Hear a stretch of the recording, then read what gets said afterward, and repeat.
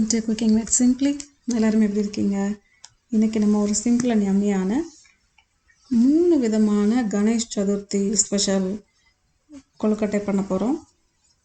ரொம்பவே ஈஸி, சிம்பிளாக, டேஸ்டியாக, பிள்ளையாருக்கும் பிடிச்ச மாதிரி நமக்கும் பிடிச்ச மாதிரி, அவர் தொப்பை நிறையிற மாதிரி நம்ம தொப்பை நிறையிற மாதிரி ஒரு 3 ஐட்டம் பண்ண போகிறோம். பட் அவரோட ஃபேவரட் பிடி கொழுக்கட்டை கூடிய சீக்கிரம் அப்லோட் பண்ணுறேன்.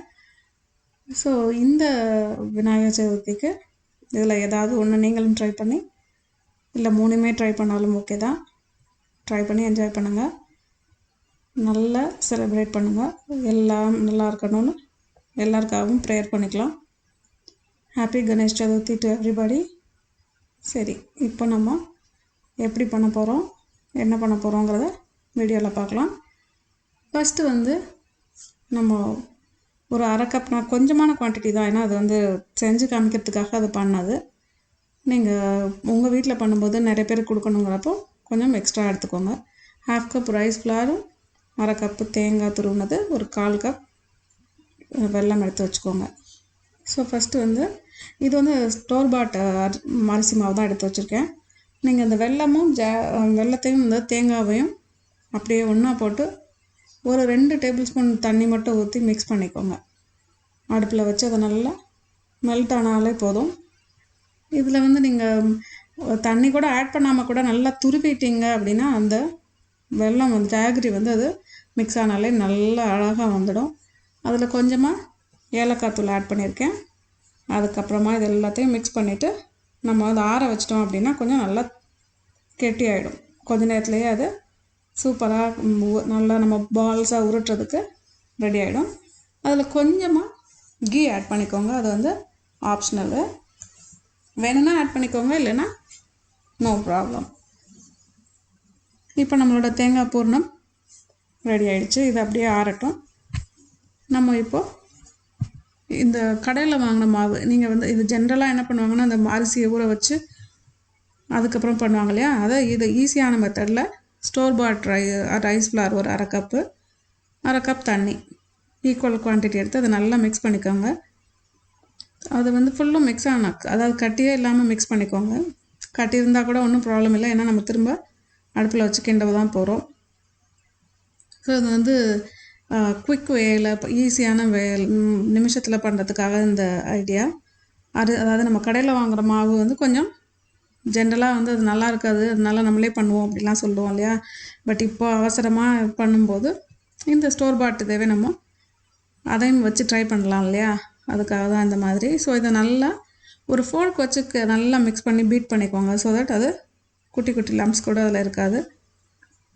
இப்போது அடுப்பை பற்ற வச்சுட்டு ஒரு பேன் வச்சு அதில் ஒரு பாத்திரத்தில் தண்ணி ஊற்றி ஒரு 1/2 கப் தண்ணி எடுத்துக்கோங்க, வாட்டரு. அதில் கொஞ்சமாக எண்ணெய், அப்போ தான் அது ஒட்டாமல் வரணுங்கிறதுக்காக எண்ணெய் ஊற்றிக்கிறோம். நல்லெண்ணெய் ஊற்றிக்கலாம், அப்போ அது வாசமாகவும் இருக்கும். ஸோ அதனால் 1 டீஸ்பூன் ஜிஞ்சர் ஆயில் ஆட் பண்ணிக்கோங்க.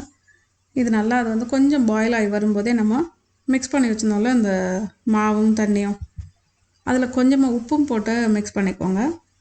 ஸோ இப்போ இதுலேயும் உப்பும் ஆட் பண்ணிக்க போகிறேன் நான். ஸோ அதில் கொஞ்சமாக சால்ட்டும் ஆட் பண்ணியாச்சு. அப்போ தான் அந்த மாவு இல்லைன்னா அவுட்டர் லேயர் கொஞ்சம் என்ன ஆகும்னா உப்பு இல்லாமல் ஒரு மாதிரி இருக்கும் அந்த ஸ்வீட் சாப்பிடும்போது. ஸோ ஸ்வீட்டுக்கு கொஞ்சம் உப்பும் இருந்ததுன்னா நல்லாயிருக்கும் இல்லையா, அதனால் கொஞ்சமாக சால்ட் போட்டு அது நல்லா கொதிக்கட்டும். அது நல்லா பாயில் ஆகிடுச்சு. இப்போது நம்ம மிக்ஸ் பண்ணி வச்சுருந்த மாவை அதில் ஆட் பண்ணியாச்சு. இப்போ இதை என்ன பண்ண போகிறோன்னா நல்லா கிண்டி விட போகிறோம். நல்லா கிண்டி அது குக் ஆகட்டும். குக் ஆகணுன்னு இது அங்கங்கே உங்களுக்கு ஒரு மாதிரி லம்ப்ஸ் இருக்க மாதிரி குட்டி குட்டி கட்டியாக இருக்கிற மாதிரி இருக்கும். ஆனால் நீங்கள் கிண்ட அது நல்ல பால் மாதிரி ஃபுல்லும் ரெடி ஆகிடும். அதை நல்லா குக் பண்ணிகிட்டே இருக்கலாம். அது நல்லா ரெடி ஆகிற வரைக்குமே அந்த பாத்திரத்தை விட்டு அது அப்படியே பால் மாதிரி சுற்றி ஒரு பெரிய மாஸ் மாதிரி அதுவே ரெடி ஆகிடும். ஸோ அது வரைக்கும் நம்ம நல்லா மிக்ஸ் பண்ணிக்கலாம். இப்போ இது மிக்ஸ் பண்ணியாச்சு, அது ஆல்மோஸ்ட் ரெடி ஆகிடுச்சு. இப்போ இது எப்படி ரெடி ஆகிடுச்சுன்னு நம்ம தெரிஞ்சுக்கிறது அப்படின்னா, இப்போ இது வரைக்கும் ஒட்டாமல் இருக்கும், அந்த பாத்திரத்துலேயும் ஒட்டாது. அண்ட் மோரோவர் நீங்கள் நான்ஸ்டிக் வச்சுருந்தீங்கன்னா கொஞ்சம் ஈஸியாக இருக்கும். ஸோ இந்த ஜென்ரலாக வந்து இந்த ஸ்வீட்ஸு இந்த மாதிரி பலகாரங்கள்லாம் பண்ணுறதுக்கு நான்ஸ்டிக் அப்போ மட்டும் யூஸ் பண்ணிக்கோங்க. மற்றபடி ரெகுலராக குக்கிங்க்கெல்லாம் நீங்கள் அதை யூஸ் பண்ண தேவையில்லை. ஏன்னா அது ரொம்ப நல்லதும் இல்லை. ஸோ அதனால் நம்ம நல்லா அழகாக அதை மிக்ஸ் பண்ணி ரெடி பண்ணியாச்சு. இப்போ அழகாக வந்துடுச்சு. இப்போ ரெடி ஆகிடுச்சு அப்படின்னு எப்படி செக் பண்ணுறது அப்படின்னா, கையை வந்து நல்லா ஈரம் பண்ணிக்கோங்க. ஈரம் பண்ணிவிட்டு அதை நல்லா ஒரு கையை நல்லா நனைச்சதுக்கப்புறமா அதை தொட்டு பார்த்தீங்க அப்படின்னா உங்கள் கையில் ஒட்டாது. அப்படி ஒட்டுச்சு அப்படின்னா அதை நம்ம இன்னும் கிண்டணும்னு அர்த்தம். ஒட்டாமல் வந்துடுச்சு அப்படின்னா உங்களோட மாவு ரெடி ஆகிடுச்சு, அந்த அவுட்டர் மாவு ரெடி ஆகிடுச்சின்னு அர்த்தம். ஸோ இதை நம்ம வந்து இப்போ செக் பண்ணிடலாம் ரெடி ஆகிடுச்சான்ட்டு. ஆல்மோஸ்ட் ரெடி ஆகிடுச்சு. இப்போ தண்ணியில் நம்ம கையை நல்லா நனைச்சிட்டு அதை அப்படியே டச் பண்ணி பாருங்கள். அதில் வந்து ஒட்டலை அப்படின்னா ஓகே, டன், இது ரெடி ஆகிடுச்சு. இப்போ ஒரு கிளாத், ஒரு வெள்ளை துணியில் நல்லா தண்ணி பிடிச்சி அதை நல்லா புழிஞ்சிட்டு இந்த மாவு வச்சு அதை மூடி வச்சுடுங்க. அதுக்கப்புறமா நம்ம இப்போ ஃப்ரைடு மோதகம் பண்ண போகிறோம்.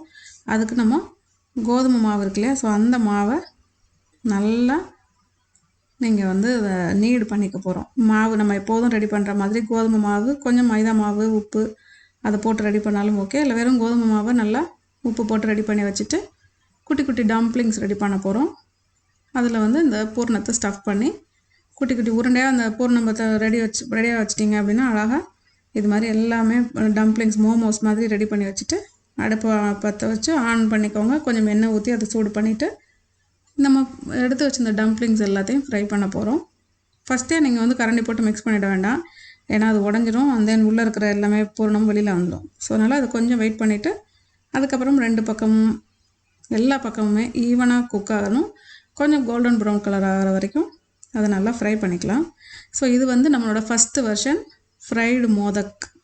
நம்ம வந்து ஃப்ரை பண்ணி வச்சுருக்க மோதகம் ரெடி ஆகிடுச்சு. அழகாக யம்மியாக குட்டியாக க்யூட்டாக நம்மளோட தேங்காய் மாதிரி, குட்டி தேங்காய் மாதிரி இருக்குது. பட் பியூட்டிஃபுல்லாக இருக்குது, யம்மியாகவும் டேஸ்டியாகவும் இருக்கும். ஸோ இதை வந்து நீங்கள் அப்படியே ஆற வச்சுட்டு சாப்பிட்லாம். சப்போஸ் ரொம்ப வந்து வதக்குன்னு இருக்குது அப்படின்னா நீங்கள் பேக் கூட பண்ணிக்கலாம், இல்லை திரும்ப கூட அதை சூடு பண்ணிக்கலாம். நீங்கள் இந்த மோதகம் நீங்கள் ட்ரை பண்ணி பாருங்கள், ரொம்ப யம்மியாக, கிட்ஸுக்கு ரொம்ப பிடிக்கும். ஸோ இப்போ நம்மளோட செகண்ட் வெர்ஷன் வந்து கோகோனட் பூரணம் கொழுக்கட்டை. நம்ம ஃபஸ்ட்டு இந்த பூரணத்தை மட்டும் நம்ம ரெடி பண்ணி வச்சிட்டோம் அப்படின்னா அதிலே 2 வேரியேஷன் வந்து நம்ம பண்ணிக்கலாம்.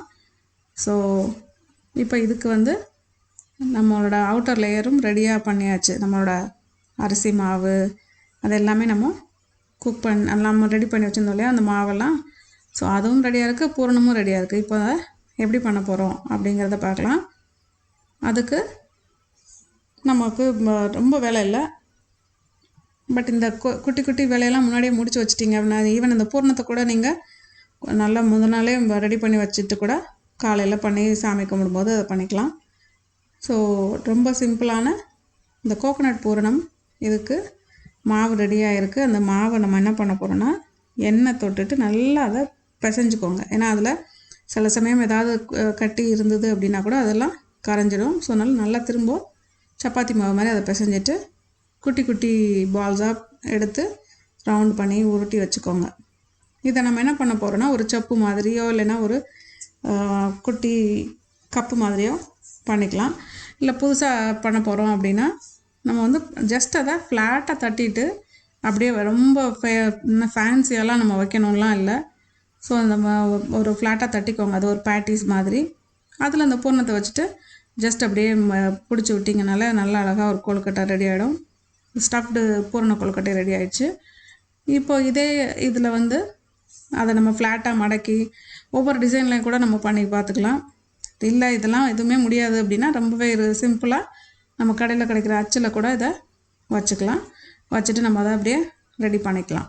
ஸோ இந்த பூரணம் வந்து நம்ம எல்லாத்தையுமே ரெடி பண்ணிவிட்டு இது வந்து ஃபுல்லும் ரெடி பண்ணி வச்சிட்டிங்க அப்படின்னா வேக வச்சு எடுக்கிறதுக்கு ரொம்பவே ஈஸி அண்ட் சிம்பிளாகவும் வேலை முடிஞ்சிடும். நம்ம இப்போ அடுப்பில் வந்து ஒரு பாத்திரத்தை வச்சு அதில் தண்ணி கொதிக்க வச்சுட்டு இந்த கொழுக்கட்டை எல்லாத்தையுமே நம்ம வேக வச்சு ஒரு 5லேருந்து 7 நிமிஷத்துக்கு வெந்தால் போதும். அதை வேக வச்சு நம்ம எடுத்துட்டோம் அப்படின்னா நம்மளோட தேங்காய் பூரண கொழுக்கட்டை ரெடி ஆகிடும். நம்ம அந்த பூரணம் மட்டும் ரெடி பண்ணி வச்சுக்கணும். மாவையும் ரெடி பண்ணிட்டோம் அப்படின்னா கொஞ்சம் பண்ணுறதுக்கு ஈஸியாகவும் இருக்கும். ஸோ அந்த தேங்காய் பூரண கொழுக்கட்டையும் ரெடி ஆகிடுச்சு. இப்போ நம்ம வந்து அம்மணி கொழுக்கட்டை, இல்லைன்னா பேபி கொழுக்கட்டை, இல்லைன்னா மினி கொழுக்கட்டை, மணி கொழுக்கட்டை, நிறைய பேரில் சொல்லக்கூடிய அரிசி மாவு கொழுக்கட்டை எப்படி பண்ண போகிறோம் அப்படின்னா, இதில் வந்து பூரணம்லாம் கிடையாது. வெறும் அரிசி மாவில் நம்ம வந்து குட்டி குட்டி பால்ஸாக பண்ணி அதை எப்படி பண்ண போகிறோம்னு பார்க்க போகிறோம். இதில் நிறைய வேரியேஷன்ஸ் இருக்குது. ஒவ்வொருத்தரோட ஸ்டைலும் ஒவ்வொரு மாதிரி இருக்குது. இதில் வந்து நம்ம சிம்பிளஸ்ட் வெர்ஷன், ஏன்னா நம்ம வந்து ஒரு ஃபெஸ்டிவல் டைமில் நம்ம வந்து பயங்கர பிஸியாக இருப்போம். அப்போ உட்காந்து எல்லாம் பண்ணிகிட்டு இருக்க முடியாது இல்லையா? ஸோ அதனால் இந்த அம்மணி கொழுக்கட்டைக்கு நம்ம மாவு இப்போ பிசைஞ்சு வச்சுருந்தோம்ல, அதவே நம்ம குட்டி குட்டி பால்ஸாக உருட்டி ரெடி பண்ணி வச்சுக்கோங்க. இந்த ரெடி ஆகிடுச்சு. இதை நம்ம தாளித்து எடுக்க போகிறோம். அவ்வளோதான். 1 டீஸ்பூன் எண்ணெய் ஊற்றி அதில் கடுகு, உளுந்து, கொஞ்சம் பச்சை மிளகா, கருவேப்பிலை, அது எல்லாத்தையுமே நம்ம ஃப்ரை பண்ண போகிறோம். ஃப்ரை பண்ணியாச்சு. இப்போ நம்ம வேக வச்சுருந்த வெறும் கொழுக்கட்டை, வெறும்னு நம்ம வந்து உருட்டி வச்சுருந்தோம் இல்லையா, அதை ஸ்டீம் குக் பண்ணி அதை வந்து நம்ம இந்த அடுப்பில் போட்டாச்சு. அதை குக் பண்ணியாச்சு. இப்போது அது கூடவே கொஞ்சம் தேங்காய் துருவலும் ஆட் பண்ணி சர்வ் பண்ண வேண்டியதான். சாமி கும்பிட்டோமா, சாப்பிட்டோமான்னு சூப்பரான 3 கொழுக்கட்டைஸ் பார்த்தாச்சு. இதை நீங்களும் செஞ்சு பார்த்து உங்கள் குட்டீஸோடு என்ஜாய் பண்ணுங்கள். See you, bye.